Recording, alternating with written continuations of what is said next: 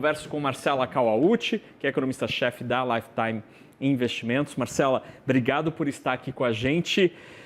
Vamos começar pelos dados aqui. Hoje era uma sexta-feira super aguardada pelos economistas, estava em todas as agendas que eu recebo aqui no meu e-mail, era o grande fato da sexta-feira. Como fazer, Marcela, para operar neste mundo da economia sem dados tão importantes como aqueles produzidos pelo governo americano? Boa tarde. Boa tarde, Naka. Boa tarde a todos. Na verdade, sem os dados do payroll americano, o mercado opera às cegas, né? É muito importante olhar os dados do mercado de trabalho americano, porque eles trazem indicações muito importantes para a gente. Além da temperatura da economia, quando ele traz ali o número de criação de novas vagas, como é que está a diferença entre busca por trabalhadores e a oferta de emprego, os dados do mercado de trabalho trazem também uma indicação importante relacionada à inflação, que é a inflação de salários, né? Como é que está aumentando o rendimento dos trabalhadores americanos. E é tudo que a gente precisa para entender os efeitos das novas políticas internacionais sobre a economia americana, que trazem um equilíbrio pior, de atividade econômica mais fraca e inflação um pouco mais alta. Então, a gente precisa sempre olhar os dados do mercado de trabalho americano com muito detalhe. E aí, sem esses números, né, com o adiamento da divulgação do payroll, o que a gente faz é operar às cegas. A gente tem alguns dados que a gente chama de proxy para o mercado de trabalho, como, por exemplo, o ADP, que saiu ontem, mas eles mostram números muito mais restritos. O ADP, por exemplo, mostra somente os dados do mercado de trabalho das empresas privadas, não inclui, por exemplo, militares ou os dados de trabalhadores do governo. Também não inclui dados de salário. Enfim, a gente está, no fundo, sem saber de fato quais os efeitos dessa nova política americana sobre os dados da economia. Então, é muito difícil a gente ficar ali operando às cegas, né? Entre os economistas, hoje de manhã, no fundo, ficou um vazio. A gente se programa, reserva inclusive um tempo na agenda para olhar esses dados com calma, e o adiamento acaba sendo bastante frustrante para a gente que precisa trabalhar com esses números. Hoje o café do pessoal nos escritórios por aí foi maior, mais longo, mais extenso, porque ali no horário programado não teve número para botar na planilha. Marcela, que dados que são os mais importantes que vêm do governo americano, além do payroll, que outros você poderia citar como sendo importantes e que podem ter esta interrupção, né, na sua divulgação? E aí, emendando já, como é que o Fed faz sem ter ao não ter esses dados? Especialmente pensando que se tinha uma coisa que o Fed disse assim, repetidamente ao longo dos últimos meses, inclusive aquela vez em que a gente conversou aqui no estúdio na CNN, a gente tocou muito sobre isso, falou muito sobre isso, que o Fed ele está dependendo de dados, ele depende de dados, depende de dados. E agora, os dados não existem. Tem muitos dados que são divulgados pelas agências governamentais, né? E aí a gente tem que destacar não só a questão do mercado de trabalho, mas também dados relacionados à inflação, a vendas no varejo, até o PIB americano pode ser, a apuração do PIB americano pode ser adiada por conta dessa paralisação. E sem dados, também o Banco Central americano opera às cegas, mas vale dizer que qualquer ação do Banco Central americano tem efeitos importantes não só sobre os Estados Unidos, mas sobre o mundo todo. Então, é muito relevante que a gente tenha esses dados o mais rápido possível. Se a gente chegar num cenário extremo de prolongamento dessa paralisação e que a gente chegue na reunião do Banco Central sem esses números, provavelmente o Fed vai acabar se apoiando no que a gente chama de proxy.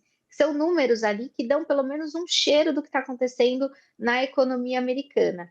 No caso do mercado de trabalho, eu citei, por exemplo, o ADP, mas tem alguns dados, por exemplo, de confiança do consumidor, que dão ali uma indicação do que está acontecendo com a atividade econômica. A gente tem alguns outros dados de demanda vindos de agências privadas. Então, o Fed acaba tendo que se apoiar em outros dados, mas os dados não são tão completos como os dados vindos do governo americano.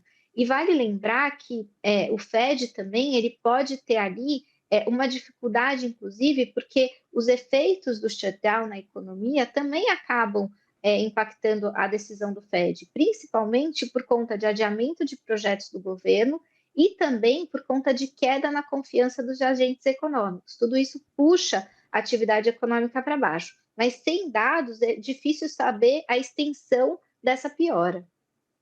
Marcela, hoje à tarde eu estava lendo uma reportagem do Financial Times, e aí alguns economistas estavam dizendo que eles estão acionando até suas equipes para tentar levantar dados, por exemplo, no LinkedIn e no Indeed, que são duas plataformas de... o LinkedIn é uma rede social, né, ligada ao trabalho, e o Indeed, que é uma plataforma de busca de empregos, para tentar entender a temperatura. Assim, neste momento, como está todo mundo às cegas, qualquer luzinha ali é uma informação e que pode ter muito valor. Agora, Marcela, olhando do ponto de vista da atividade propriamente dita, né? A gente falou muito de indicadores, de números e de tomada de decisão a partir deles. Olhando para a atividade econômica, o Estado americano ele é muito menor, menos presente do que o Estado, por exemplo, brasileiro ou mesmo o Estado na Europa. O shutdown também tem um impacto na atividade ou isso acaba sendo mais secundário? Certamente tem um impacto relevante. Quando a gente fala de shutdown, a gente tem ali paralisação de projetos do governo e afastamento de vários funcionários que trabalhavam para o governo americano, que trabalham para o governo americano. E aí tem até, né, como vocês falaram agora, uma pitada ali adicional de incerteza, que é a ameaça do Donald Trump de mandar essas pessoas que ficariam afastadas temporariamente e mandá-las embora. Então, você tem um efeito na atividade, não só via adiamento de projetos, mas também no aumento do desemprego, seja ele temporário, seja ele permanente. Isso faz com que a economia, né, o dinheiro que circula ali na economia americana, diminua bastante. A última vez que a gente teve uma paralisação, ela durou bastante tempo, ela durou mais de um mês, foi ali um ponto fora da curva, afinal de contas, em geral, as paralisações são menores, mas naquela época a estimativa é de que isso puxou o PIB para baixo em 11 bilhões de dólares. Dessa vez, a Casa Branca divulgou uma estimativa de que cada semana parada, cada semana de paralisação, tiraria 15 bilhões de dólares da economia americana. Me parece uma estimativa um pouco mais exagerada, né? Mas talvez algo em torno, né, sei lá, de uns 5, 6 bilhões me parece bastante razoável por semana. Ou seja, a gente tem sim uma âncora para baixo no PIB americano por conta da paralisação. E vale destacar que essa âncora para baixo, ela ganha potencial quando a gente lembra que a economia está sofrendo também os efeitos das tarifas. Então, é muita incerteza em relação à economia americana. A gente não sabe como é que o setor privado vai agir, afinal de contas, ele é afetado pelas tarifas, é difícil para o empresário americano se planejar com essas mudanças de tarifas a todo momento, e agora a gente tem uma incerteza também relacionada ao governo americano.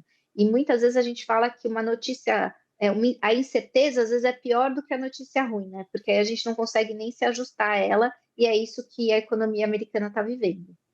Ótima lembrança, Marcela. A economia americana já está passando por um processo de desaceleração e o shutdown pode ser a pimentinha sendo jogada em cima desta atividade que desacelera. Marcela Kawauchi, economista-chefe da Lifetime Investimentos. Obrigado pela conversa. Ótimo fim de semana, Marcela.